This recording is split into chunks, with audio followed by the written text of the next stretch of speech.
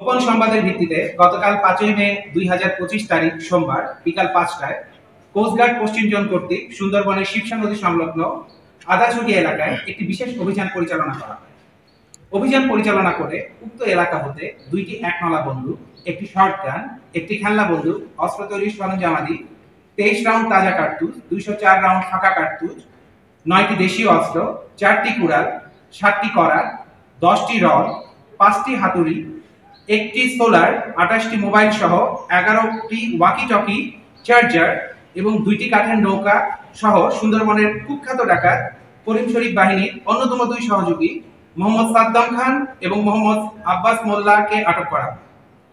আটককৃত ব্যক্তিদ্বয় বাগেরহাট জেলার মোড়লগঞ্জ থানার বাসিন্দা।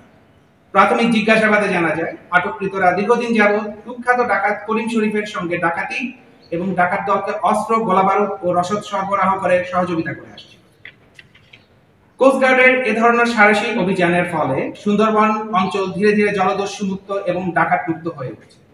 এই অভিযানের মাধ্যমে উপকূলীয় এলাকার জেলে ও মাছ শিকারীরা এখন নির্বিঘ্নে ও নিরাপদে তাদের জীবিকা নির্বাহ করতে পারছে।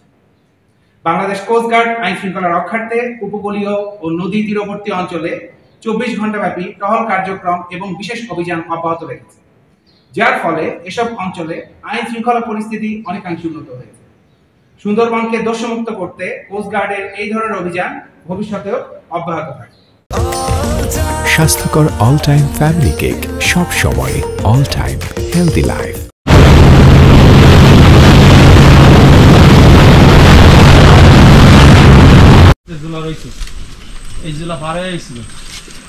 আমরা কি এখানে নামবো তাহলে?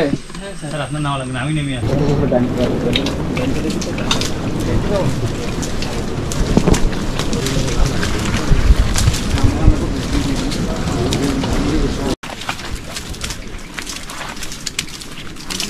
এই সামনে যে একটু স্লো যাও।